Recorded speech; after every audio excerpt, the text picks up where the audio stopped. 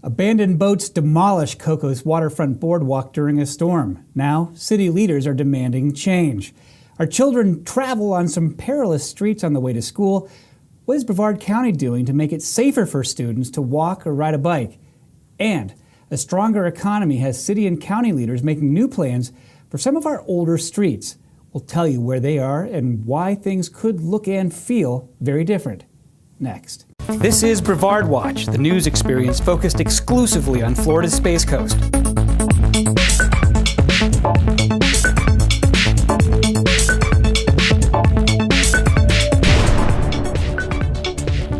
This is Brevard Watch. I'm Matt Reed. My thanks to Community Credit Union for sponsoring today's highly educational mashup of news and ideas. My guests today are Samantha Senger. She's the public relations specialist for the city of Cocoa. She's had her hands full of hurricane issues lately, including broken water lines and rampaging yachts. But Cocoa's getting some good things done lately, and we'll talk to her about those. Abby Rex is Public Involvement and Communications Director for the Space Coast Transportation Planning Office.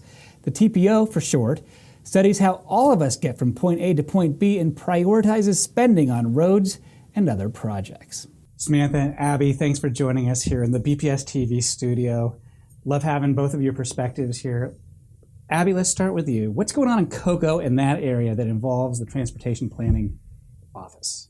So we have a lot of really exciting projects happening in Cocoa right now. Some are facilitated by FDOT, and I'll kind of go into detail a little bit more on those. But one project that we're working on in Cocoa and really in different parts of Brevard are complete streets. Right now, City of Cocoa has 2 of them that are completed, and they have just really revitalized those sections of the city of Cocoa. What we're talking about specifically are Peachtree Street and Florida Avenue. So for those who kind of don't know what a complete street is, complete streets are basically this idea that they're streets for everyone, which means all users. That includes motorists, pedestrians, bicyclists, somebody pushing a stroller, any form of transportation that you can kind of think of that could be on a roadway. It's an all-inclusive type of corridor. So normally they also have accommodations for ADA, and really they try to involve some beautiful landscaping projects and stormwater restoration if possible. So those are 2 projects in the city of Cocoa that we've completed thus far. Peachtree Street and Florida Avenue. We've also completed North Atlantic Avenue, which is in Cape Canaveral, and most recently Minuteman Causeway in Cocoa Beach, which was a long-awaited complete project. That's right. Well, Samantha, this might be a good fit for Cocoa, given what it's tried to do in Cocoa Village with some of the walkable communities there. I mean, how do the projects that Abby just described with Peachtree Street and the complete streets fit into the overall picture of the city? Well, I mean, they've definitely transformed the areas that she's talking about with Peachtree Street and with Florida Avenue. You can see with Florida Avenue in particular, it really has expanded the village to the west, which is tremendous because there's so much more along Florida Avenue. And now people can feel safe and comfortable walking Florida Avenue because of the complete street, and can notice and visit all of the businesses that are along Florida Avenue. So we've had 2 new restaurants open up along Florida Avenue since that Complete Streets project was done. We've had Kreiderman's Barbecue and Timeout Sports Bar. And it's like it's all part of the village now. Like people didn't think that before, but now it's all part of Cocoa Village, and it's walkable, and it's user friendly. That's the nice part, is being able to walk from some of these places. I know the Timeout Sports Bar has been an institution over in Cocoa Beach for a number of years. Very famous Bloody Marys on game days, as I understand. Don't know anything about it personally. But it seems to be expanding, and being able to get people on their feet to new parts of downtown Cocoa seems to just open up parts of the city that you didn't even know about before. Yes. Abby, so tell us why we need this. I mean, what is the problem that the complete streets help to solve? I think complete streets, number one, you're going to start seeing them closer to some metro areas of Brevard, and by that I mean normally closer to downtowns or places like Cocoa Village. Minuteman Causeway is a central area for Cocoa Beach. It's been an establishment for years. And I think why it's needed is that we need to start thinking in Brevard of how we can accommodate all road users, not just motorists. You have a younger generation coming up now that wants to bike more, walk more, and they want to do it all seamlessly in one path. So I think it's really important that we start to, as we plan for the future and the next generation of road users, that we incorporate elements that they really want in a corridor. I mean, that's a big deal to schools. Yes. Student safety, we'll talk about this a little bit more, but just being able to, if you're going to trust that your child's going to travel to school by foot or on bike, you need to trust that the street itself is someplace that's safe for them to travel. Yes. And I would also add to complete streets. They're normally about 25 miles an hour to 30 miles an hour. It slows that area down so that you can be a little bit more cautious when the pedestrians are, walking on the streets, or you have some cyclists in the road, which many people don't know about, but bicycles can share the road. They are a vehicle. So it kind of puts into perspective that, the road isn't just for a car. It's also meant for other vehicles and other users of the roadway. Samantha, Florida Today had a front page story about Coco's frustration with boats that washed ashore and damaged the waterfront down there in the Cocoa Village area. What the heck happened? Well, we had people who abandoned their boats, whether it was done previous to the storm or whether it was to evacuate from the storm. They left their boats in the basin there, in our little harbor, and those boats washed ashore and destroyed our boardwalk throughout Cocoa Village, the Riverfront Park area. And not just our area. I mean, you can see it over Oleander Point and their docks that they had, some of our residents. These derelict boats that people abandon just are targets during a storm. So they leave them and they anchor them. But, this storm was massive, and it blew all of these boats. I don't even know the number of boats that we had. Torpedoes that launched right at whatever's built. We had over $1 million. I think it was $1.2 million in damage to our boardwalk area. And so, our officials, they want for us to be able to handle that and be able to have some control over that. We should be able to protect our infrastructure.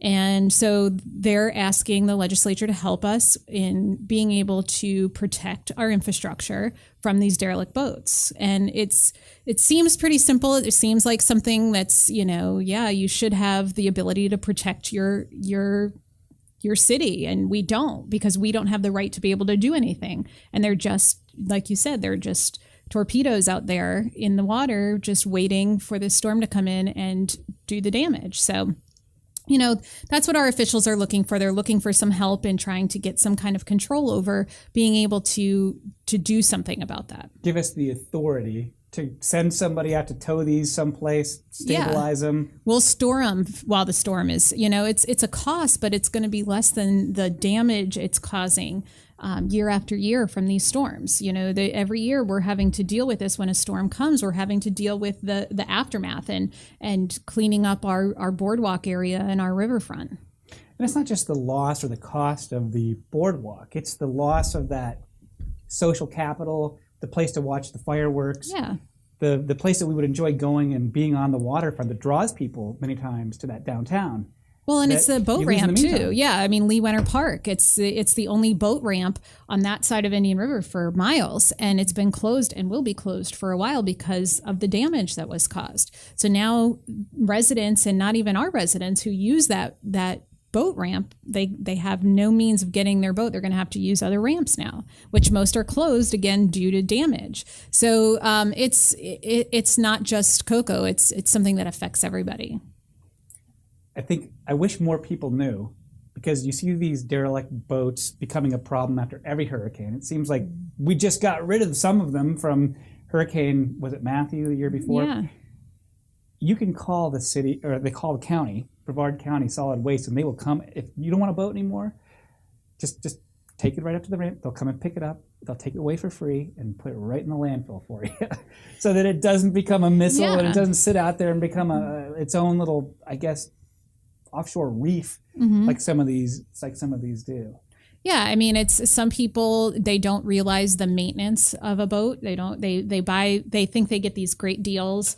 I've found a boat that's a great deal. I'm going to get it. It's a tiny house. And then it's a huge investment. It's a lot of things that you need to do to fix it up. And then the easy thing to do is just leave it out there, and I don't have anything to do with it anymore. And then it becomes an issue. It's year round. It's an eyesore. You've got these boats that are half sunken, but during a storm like that, they become issues for municipalities, for private residents. I mean, docks around the county were wiped out from these derelict boats.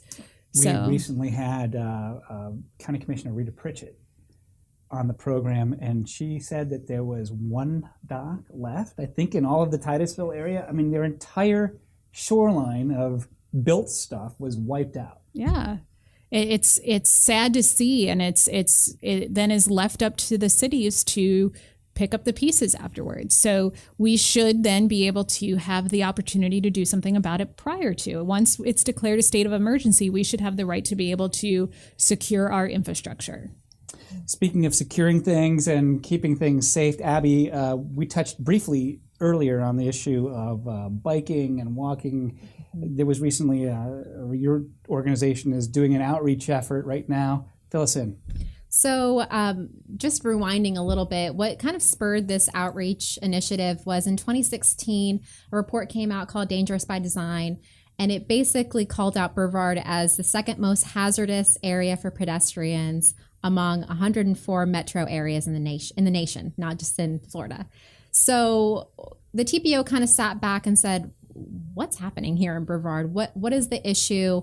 How do we counteract it, if that's even possible? So when I came on board to the TPO, one of my strategic plans was to kind of reestablish some communications, specifically with law enforcement, and to kind of reopen that dialogue of what's happening in each city. How can we help be a resource to these law enforcement agencies? So the first thing that we did was we met with 14 agencies in Brevard, including Brevard Public Schools Security Office. And we talked about how we can serve as a resource to them, whether that be via materials or helping them out at events, but really specifically talking to them about the 3 E's in the planning process, which are engineering, education, and enforcement. And to combat an issue like we have in Brevard, you need all 3. So when the law enforcement comes in, is that they can enforce via education. We understand that not all law enforcement agencies are going to write tickets. It's just not what we do in Brevard right now. But taking the time to educate a citizen on why they should cross at the crosswalk, or stopping a child saying you need to wear your helmet because you're under 16 years old, that's important. And it sticks with someone. Versus a ticket, maybe, a life lesson sometimes sticks stronger than that. So it was a really good opportunity. We saw a reward in that connection with the law enforcement agencies. We did a huge back to school safety campaign where we reached out to our local PIOs like Samantha, and also our law enforcement communication contacts. And it was great because it was one consistent, reliable source of safety education distributed everywhere. And so it was just a really great campaign. We continue to do things like that, like for Halloween safety, which Halloween is the #1 night in the year where kids get hit. So it's really, really important that we try to combat this issue from all 3 areas of engineering, education, and enforcement. People do try on Halloween. At least they do. They seem to. I remember getting calls in a newsroom years ago when I was working there. We'd get the calls, what time are they having Halloween this year? Yeah. And I just tell them a time because they needed to know. And I'd say, well, sometime between, 6 o'clock and maybe 8, depending on how old your children are. That's when they're having it. Well, and I will say the TPO gets involved, and so do police departments. Now, trunk or treats are all the rage, which is now a safe alternative to Halloween trick or treating. A lot of people still like trunk or treat. It's normally a social community event that's either held at a city hall, a park, and basically people have their cars and they go trick-or-treating car to car in a safe environment, kind of like a controlled atmosphere. It's mainly for like smaller children. So maybe your kid is like 2 to 4 years old and you don't really want to take them door to door. But for those who still do the, traditional trick-or-treating, it's still important. Kids buy these costumes nowadays where they don't have any peripheral vision on the side. That's important when you're crossing the street. Making sure that motorists slow down that night in residential areas, look out for kids not only in the road, but on the sidewalks and driveways. So just a little bit bringing that awareness to the table and making it a culture change really in Brevard. I think it's sad that it's taken fatalities to make us kind of realize, whoa, what's going on? And the same problem that's happening in Cocoa is not the same in Cocoa Beach. Cocoa Beach Right. has tourism.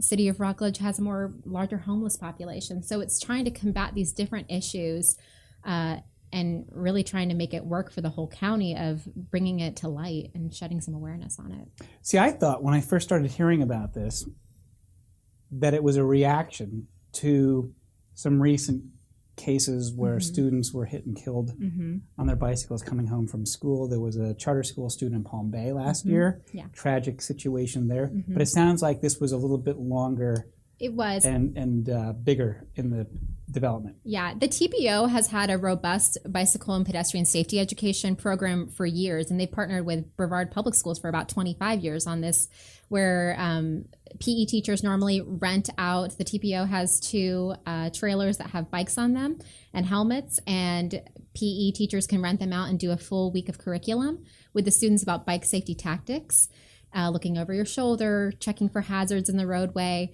So they've done that for a long time. The outreach piece was missing a little bit. And so when I came on board, I kind of established who do we need to reach back out to and how do we open up this dialogue a little bit bigger. But certainly the school-aged fatalities that happened last year, we had 3. It was definitely kind of a wake-up call that we need to kind of see what's going on and make sure that we're there as a resource of support, not only for the cities, but also for the law enforcement agencies. I'm going to throw a curveball question out there. Not bikes, trains.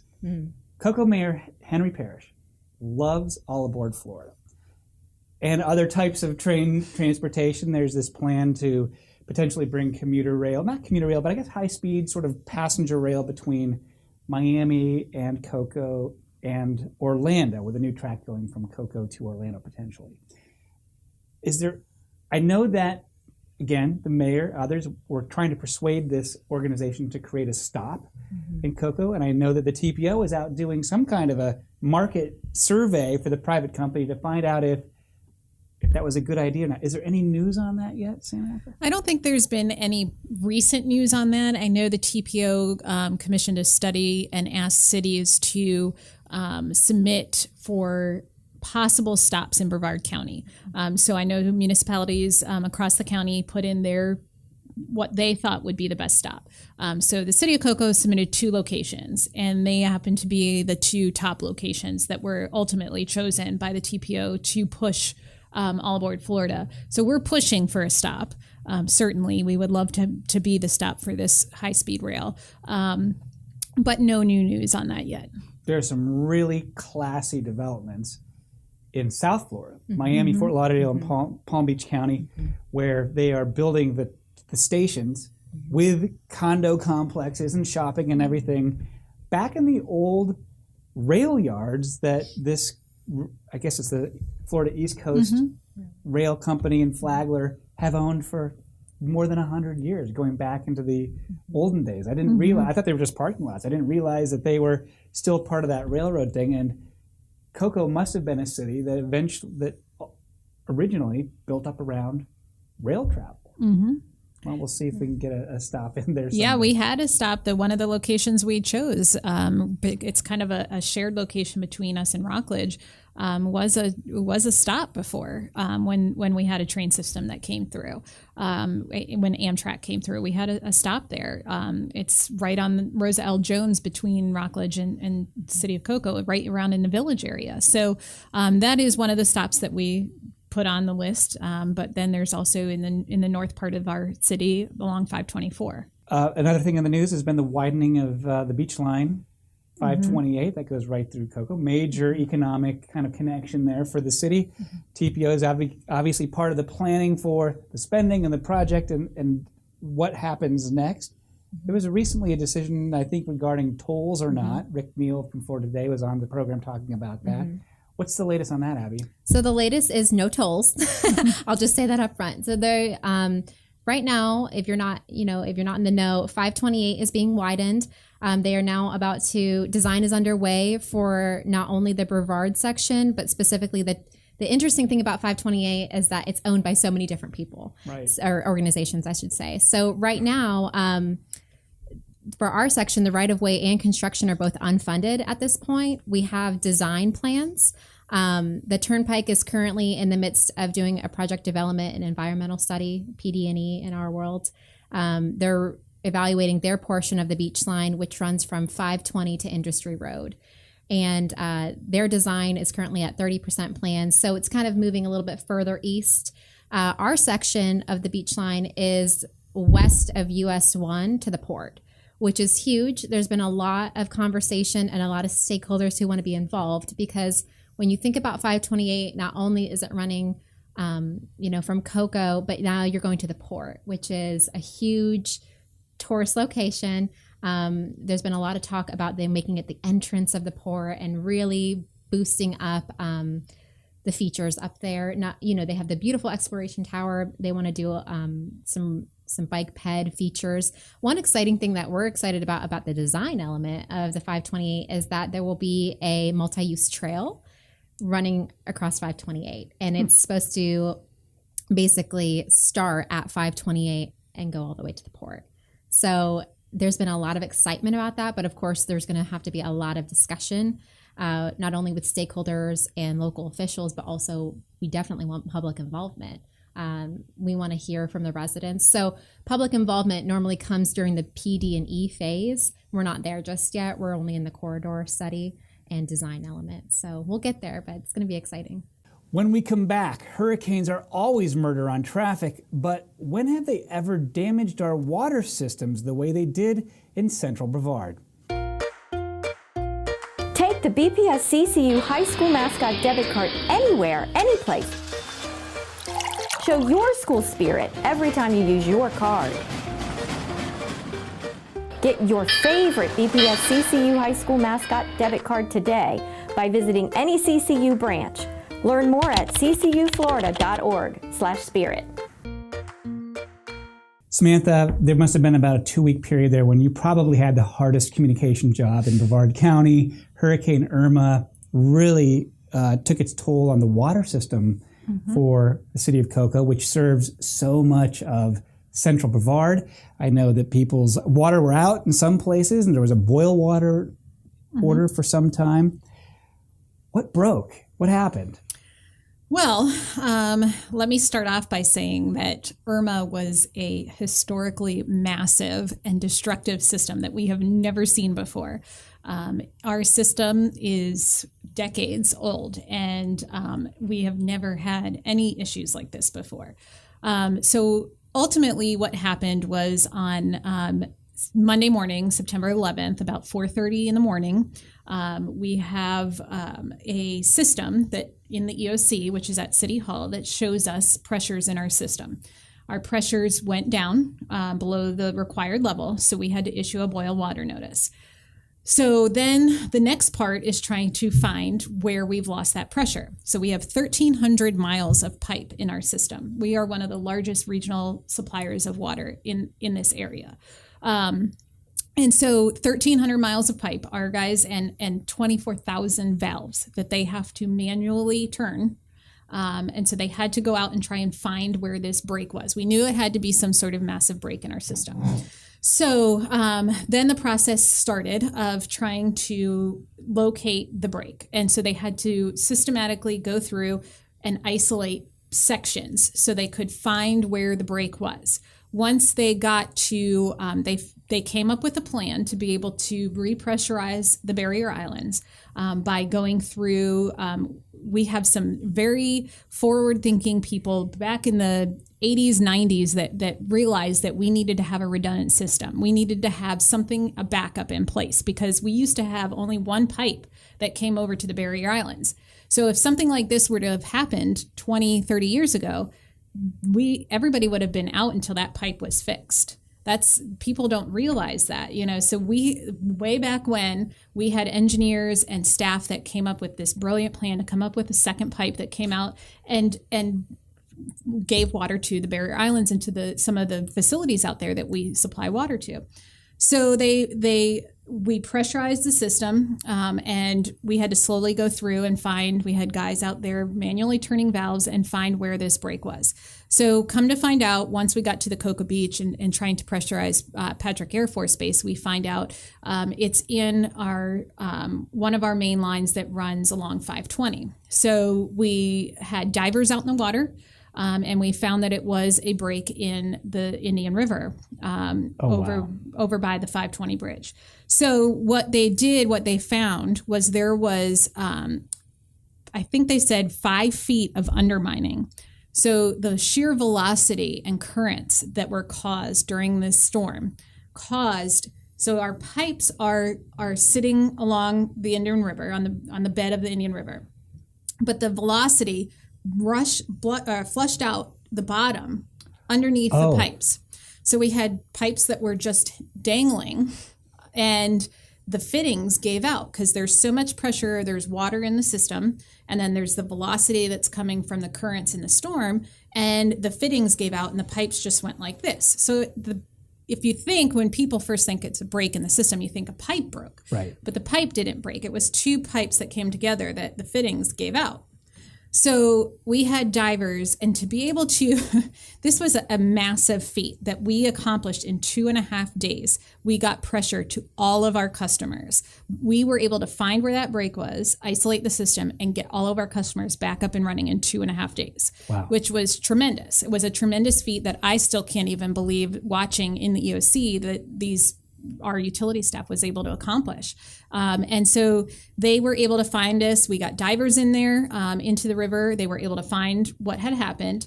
And we removed the pipe, even though it's in years of pipes, this is actually a brand new pipe. They removed the pipe and they put a new one in. We were able to get a new pipe in right away. And within 25 days, it was fixed and flushing water again. So it was a tremendous feat. It was a historically damaging storm that I've never seen before. But we have a redundant system that allows us to be able to still provide water to our customers. And it's important. We have critical facilities that we provide water to. We have the port, the Air Force stations, and, we supply the water for all of those people. But besides, almost more than half of Brevard County. So it was a pretty amazing feat by our utilities staff to be able to accomplish that. No casualties. I mean, from what I heard, there's some inconvenience. You learn how much you take things for granted, like the flow of water to your condo in Cape Canaveral, or the fact that you don't have to boil your water to make sure that it's safe. But as far as I know, there wasn't anybody who had any kind of a major health issue or a problem as a result of losing the water, was there? No. We had put out the boil water notices as soon as the pressure, we saw it. We could gauge where the pressure was. As soon as the pressure became lower than what DEP requires, we pushed out the boil water notice. And it's a precautionary notice. It's just to make sure that people are safe. So all of the tests came back. They were fine. There was no issues with the water, so we were able to lift that. I think within a week we had everyone off of boil water notices, even the smaller breaks that happened throughout the system. And I think people fail to realize, especially on the barrier islands, you have a whole mainland system as well. And you have to, like Matthew, there was a whole question of why did we isolate our system during Matthew? Why did we not isolate our system during Irma? They were two totally different storms. Direction was different. Where they were supposed to hit was different. And the reason for the possible isolation of a system, and we always communicate that especially to barrier island residents, is that you need a plan that you may not have water. Because if there is a massive break that happens on the barrier islands, in this exact instance, then if we don't isolate that system, the mainland gets affected as well. So when we didn't isolate the system this time, it affected our mainland customers as well. So then our mainland customers had to boil their water as well. So we just, we tell people, regardless of where you live, that you need to plan to be without water. Things happen, and we prepare and plan as much as possible, but things happen. And this was a good instance right here. And to be able to get our customers back up and running in that amount of time, those guys did was tremendous. first responders of another sort. Oh, right? yeah. It was amazing. And they're doing this 12, 16-hour days and don't worry about their house. You know, they have family, they have homes to take care of, and they don't get to go home and do that. They have to come into work, and they have to make sure that our residents and our customers are back up and running. So it's a tremendous feat that kind of goes unnoticed sometimes, but it was pretty amazing. Well, people know to prepare for water. I mean, the drinking water is one of the first things that gets cleared off the shelf at Publix or Winn-Dixie when we know that a storm is coming. But now it's not just a article of faith, you know, that it might really go out and be ready for that. Abby, you and the TPO, I mean, that's got to be the time when you look and say, how are the roads going to work during a evacuation? What was the TPO's outlook on this? I think our outlook is always, my biggest concern when there's a storm of this magnitude, and Samantha's completely right, this was a storm that was kind of unprecedented for a while. We haven't seen a large hurricane system like this in a good chunk of time, and it affected every municipality in some way, shape, or form, or every township. From the TPO perspective, when we work with FDOT, who comes out to survey the roads after the storm, our biggest concern is safety. You have a lot of people wanting to just get their roads cleared. They want to get across the causeways, and you can't stress enough. And I think we saw it not so much in Brevard, but definitely in Orlando. People were losing their lives because they were so eager to get back on the road. And from the TPO's perspective, I think it's more safety is paramount. And also, I think sometimes we need to practice a little bit more patience. And I think Irma definitely taught us that. We need some patience. Let the officials do what they have to do so that you and your family are safe. You can get across that causeway safely. Another thing that the TPO perspective is, it definitely highlighted sea level rise. We're actually doing a sea level rise study right now. The TPO in November, and Rick Neal from Florida Today is actually going to come out to this training. They're doing a technical training with some local municipality officials, some people in public works, and they're actually going to be training on some sea level rise tools to use in the planning process. I think it's a reality. I think it affected everyone during Irma because you saw flooding happening in multiple areas of the county. So that's one thing that the TPO is excited about. It's definitely a topic of conversation, not only in Florida, but other places as well.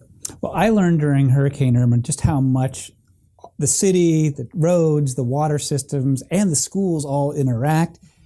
Mm-hmm. We can open a school with bottled water, but if we can't flush the toilets, can't open a school. And if you can't open 6 schools, you can't open all the schools.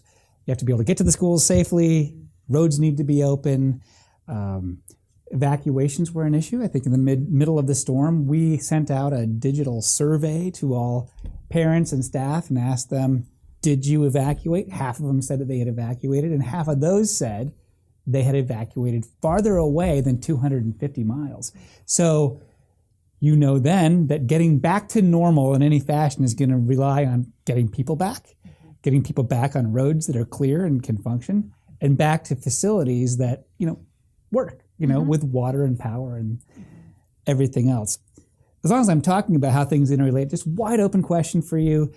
From your different government agencies' perspective, how would you characterize your relationship with Brevard Public Schools and just the relationship there?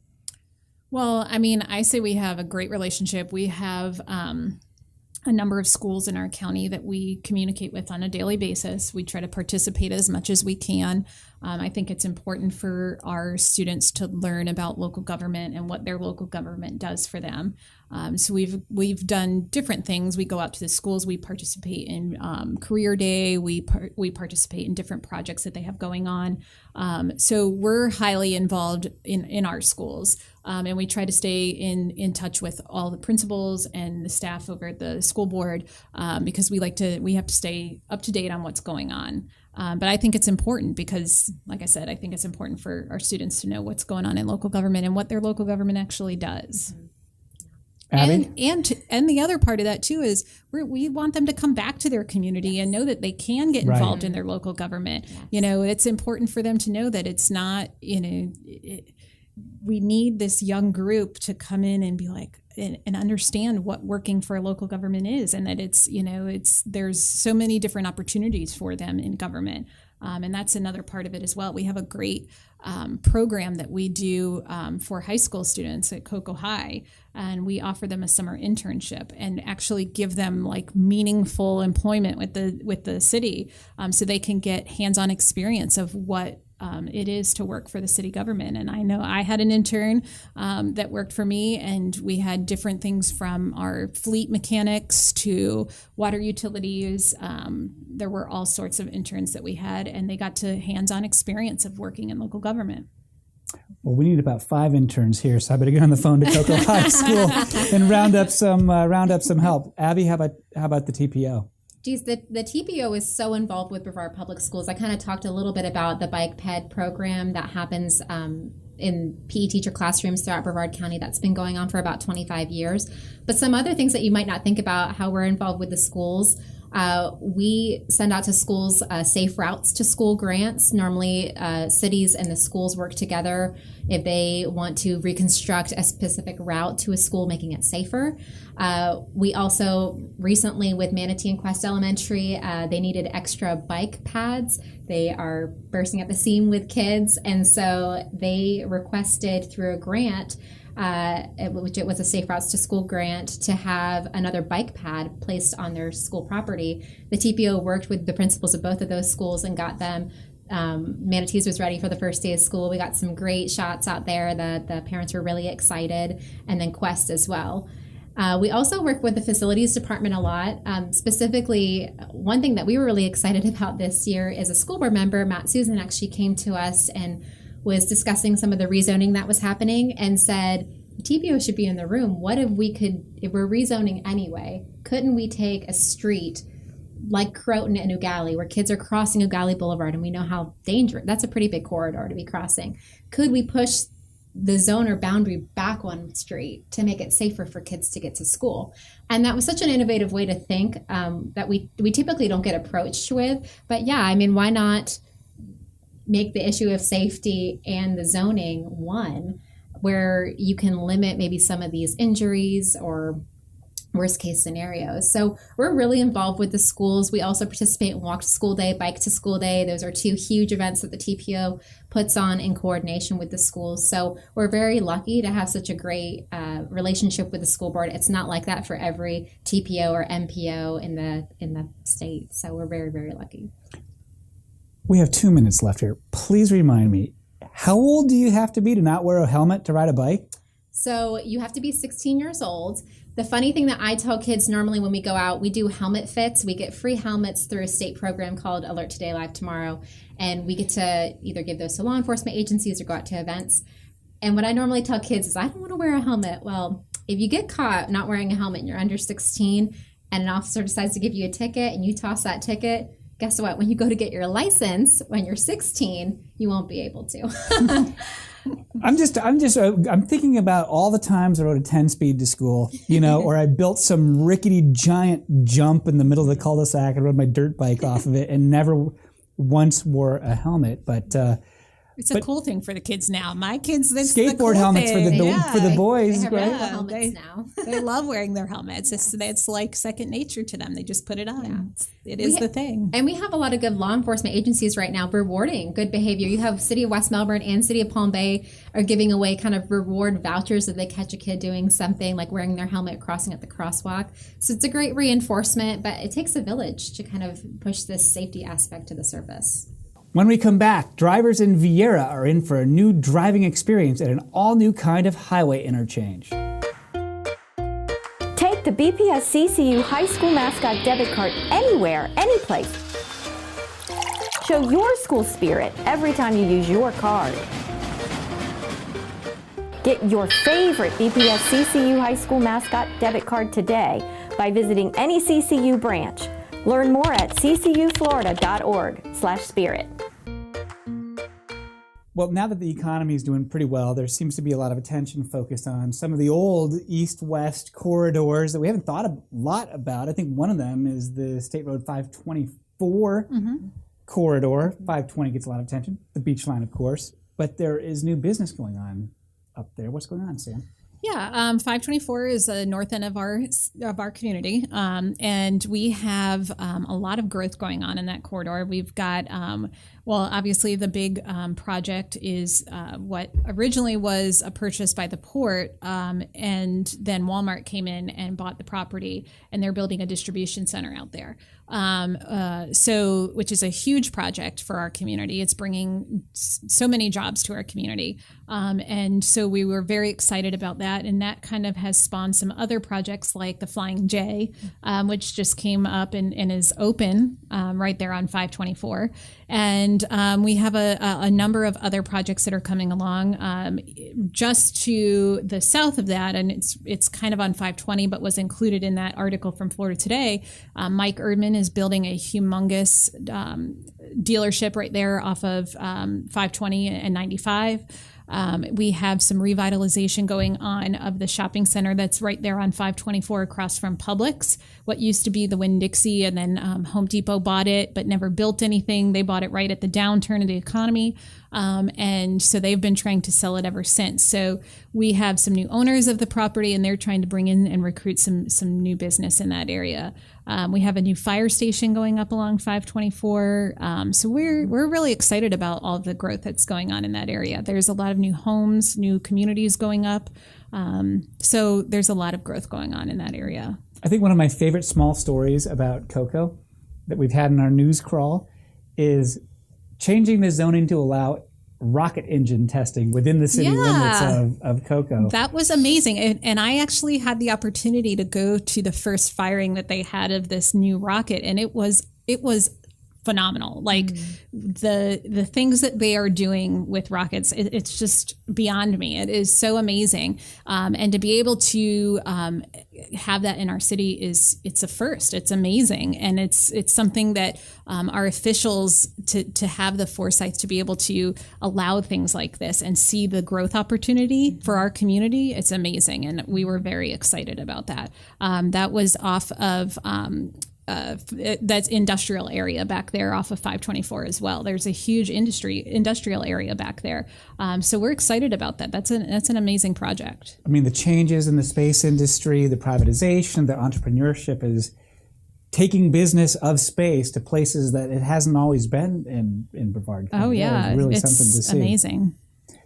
Abby, talk to me about the Diverging Diamond. Diverging Diamond. I should probably explain. This didn't come out of nowhere. We're about to have a Diverging Diamond. It's a new type of interchange at Vieira. And I-95. And I-95. So Vieira Boulevard is going to become an access to I-95, but it's not going to be what we're used to. No. Explain. So a Diverging Diamond, it's a new type of roadway design, mainly for Central Florida. And according to the Federal Highway, it's a design that has less conflict points specifically for pedestrians and motorists. So a Diverging Diamond is going to include all road users. So there will be pedestrian access points in that. Again, similar to a roundabout, but a little bit different of a traffic pattern because it's an interchange to the highway. You have a little bit slower traffic, and it slows down that speed so that you can accommodate all road users. Vieira Boulevard is such a well-known and well-used road that we wanted to make sure that we didn't exclude pedestrians from that. Specifically, FDOT, their culture as a whole is changing, whether it's an interchange or a corridor study, a feasibility study. They don't look at a road now without including bicycle and pedestrian features. Their culture has really changed. They used to just go in and widen roads. They don't do that anymore. They really are all about accommodating every type of road user because we want to be forward thinking about the different roadway users that there will be. That was good. That was good, Abby. I've seen the graphics of what a Diverging Diamond looks like, where the traffic crosses over. So if you're going to turn to go onto the interstate, you are really on the left side of the road and not turning across traffic to get there. Correct. If I understand. And because you don't have the big on and off ramps, it takes less space to be able to put it in. But this is Florida. We don't like different things, as I understand it, and it's not far from the Vieira roundabout. Right. What are you expecting in terms of public reaction to this? I think the Diverging Diamond has been covered a lot recently. I want to stress that the location of this is paramount. You have Vieira, which is a very up-and-coming area. We even had the schools at Manatee Elementary at their wellness night. They had a picture of the Diverging Diamond, and they were talking about it with parents, and they were excited about it. I think it's all in your approach and how you explain it to residents. Sometimes, you may put in a road feature and don't do education beforehand, and that's paramount. You need to make sure that your community, your road users who will be using that road, understand what's about to happen. Another thing that's going to be great for that interchange is that it's going to alleviate a lot of congestion at Fisk in 95 and Wickham in 95. And anyone who works here in the government center or at Brevard Public Schools knows that those two interchanges can back up quite a bit early in the morning, late at night. So I think it's going to alleviate some congestion, but it's exciting that it's also going to accommodate a lot of features for other types of users. Samantha, I think I have seen studies by the TPO that said that the busiest intersection at one point or another was at US 1 and 520, right in the heart of Cocoa. Are there any changes planned there? I mean, there was some construction that was underway. Did that alleviate things as far as the city knows? I know there's been talks about widening the area to try and slow traffic down in that area. It is a dangerous area, especially when you come through Cocoa Village. The speeds become less, and you still have people that are coming off the bridge at higher speeds. So there's been talk about trying to find ways to slow traffic down in that area. And there's been some pedestrian issues out there as well. So I know they've had some public meetings about it, but I think that's as far as it's gone right now. Well, as long as it's on my mind, I might as well congratulate Cocoa for its water tower being selected as one of the finest water towers in America in online polling. That was quite a feat. Well, yes. It was a big renovation project as well. Yes, it was. We totally we didn't just paint it. We had to there was areas of rust and corrosion that we had to redo, and it was a huge project, and it was a pretty neat feat to be able to get that Tank of the Year status, for sure. Mm-hmm. Tank of the Year. I like that they kept the American flag on there. Yes, it was. I can't even begin to tell you how important that was to our council to have that American flag and not to change our water tower. Mm-hmm. We actually had a whole branding study done for the city years and years ago, and the company that performed that study suggested that we paint a new logo on our tower, and they decided they didn't want to have anything to do with that study because they changed our tower. So it was very important to our council to maintain that patriotic theme and pride in our community. It's a feature for us. We're known for that tower, and it was important for our council to show that. And so we repainted it and left it the same, and we changed up the font a little bit, but we still have the flags on there. So. I love it. I love it when people embrace who they are, what they are, and what they have. It's a landmark. Why not? It is a landmark for us, for sure. It's good. Abby, another one of the east-west corridors we were talking about that's getting some study now is Aurora Road. Correct. Now, I don't know Aurora Road is a major thoroughfare to anywhere except kind of between Wickham Road maybe and the old O'Galley area, US 1. What's up there? So right now, Aurora Road is in a corridor study. And we're basically, Brevard County approached the TPO. They were about to do a widening. A resurfacing on Aurora Road. And they came to the TPO and really wanted to talk about including bike and pedestrian features.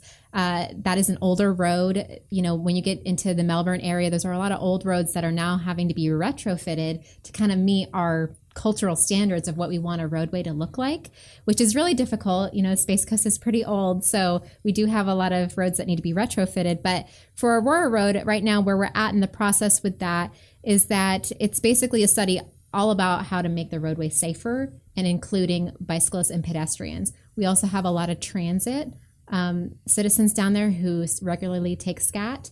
So really trying to make it safer for them and seeing what the road needs. It's kind of cool. We're doing something a little different for the public meeting, which is on November 8th of this year. It is a charrette style, and basically it's a hands-on workshop. We actually show the study limits to the people who come to the meeting, and they get to say, well, we want a sidewalk here, or we want, a shelter here. It's actually just a really great way to get the perspective of the people who use the road every day. In the public outreach side of things, we do mailers, we do social media campaigns specifically geared towards those residents because they are the primary audience. They use that road every day. And, really they have the best intel. So we're really excited about that public meeting. I think we'll get some really good responses.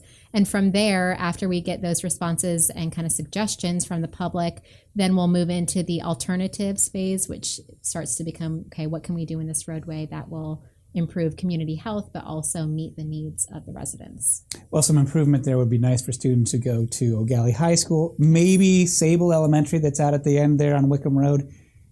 Might also be a pickup for the old O'Galley High School in the old Pineapple Avenue area. I think it used to be it's kind of run down right now, but it's on the surplus list. Somebody could buy that and turn it into something really cool. Well, for both of you, besides coming on a television program and having to know all the facts and figures about things that have happened in your city, what do you hear from residents the most in your position? I mean, you're the communicators for the TPO about traffic and City Hall and all the kind of issues that come up. What do you hear from the people most, Samantha? Well, over the last 3 weeks, it's been water. Yeah. I've learned a lot about our water system. It just depends on the time of year.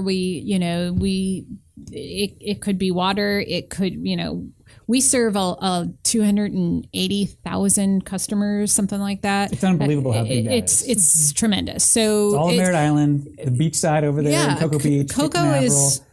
We're close to, I think, 20,000 population right now. So our system is how much bigger our water system. So yeah, I mean, that definitely is a huge impact, what we deal with on a daily basis. We have Cocoa Village. It's our tourist attraction for our community, and we try to promote and talk a lot about the village and what it's doing and the new things that are going on. And there's so many amazing things happening in Cocoa Village. But we also are looking forward to the development and stuff that's going along in the north end of the county as well. We're bringing in families and all these new things that are happening with the rockets and stuff, and people are looking for places to live. And, we're expanding that right now, and that's important to us. So, it all ties into schools and making sure that our school system is good and attracting these families to come and live in our area. So we've got it just, like I said, depends on kind of the time of year, but we get a lot of different things that we have questions about and have to answer. Well, next time you have a rocket engine test in Cocoa, will you please give me a heads up and invite me? It was real. It's all 3D printed. I mean, how cool is that? The tank is 3D printed. I mean, it is truly amazing. I was just awed. It was in awe. Very cool. Abby, what do you hear from the people? So I think the most that we hear at the TPO is that people want to give their input on a project after it's completed, which is so difficult. My role you built this roundabout 7 years ago. It's time for me, listen to me. I want it taken away. Right. So my role is all about making sure that people are in the know. What we like to say at the TPO is we are involved. How we operate is we're not FDOT, but we work with FDOT and cities to ensure that the cities get what they want within projects that might be FDOT related. So 524 and 520, these are all state roads that are owned by FDOT. So we try to act almost like a liaison, making sure that their concerns are heard, and then we put them on our priority list in a sync of priority, and then to get them funded. So what I hear most from residents is, I can't believe you did this. Well, we want to make sure that they are in the know during these public meetings, in these public workshops, and their voice is really imperative. The Wickham Road study that is also kind of happening at the same time of the Aurora one was spurred because of a citizen complaint. I mean, that's how large we take into account public concerns. So I think it's all about making sure that, once you start seeing construction, nothing can be done. That's kind of how I tell people everything leading up to construction, the TPO is involved in. Once construction starts, you've lost your opportunity to make a change in the process. So making sure that they know about these public workshops, that they know that their voice matters, and that they get involved. Before I started at the TPO, I didn't really take into consideration. I didn't, look at sidewalks. I didn't really think about how transportation influences your day, but we all use it.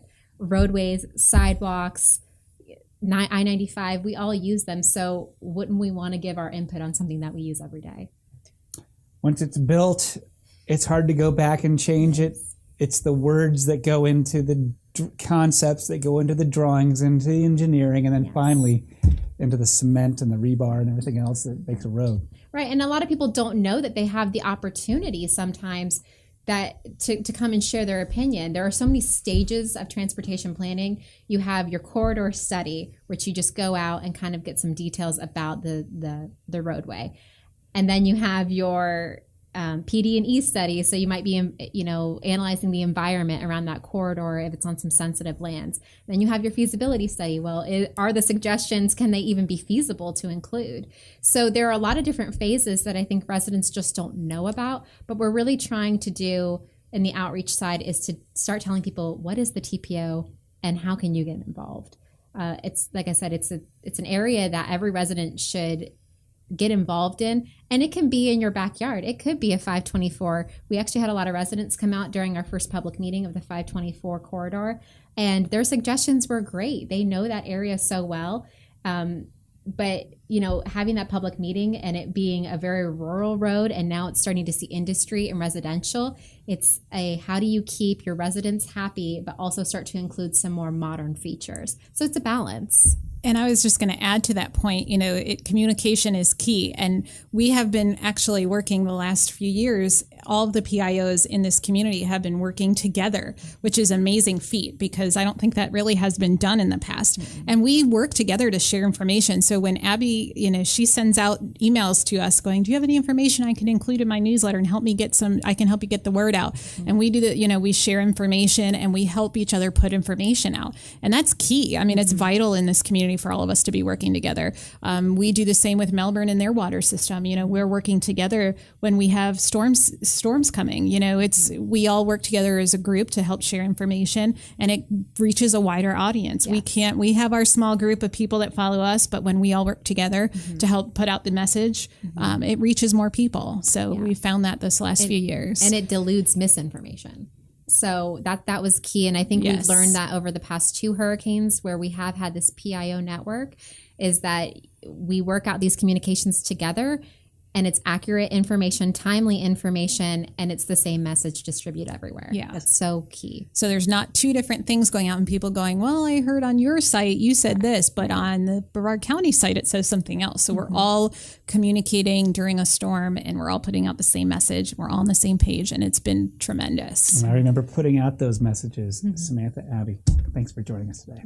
Well, that's our program. My thanks to the good people at Community Credit Union for supporting Brevard schools and making this educational program possible. Thanks also to our guests, Samantha Senger from the City of Cocoa and Abby Rex from the Space Coast TPO for sharing their insights today. Our producer, editor, and drone pilot is Mike Francisco. Please join us again on Brevard Watch, the news experience focused exclusively on Florida's Space Coast.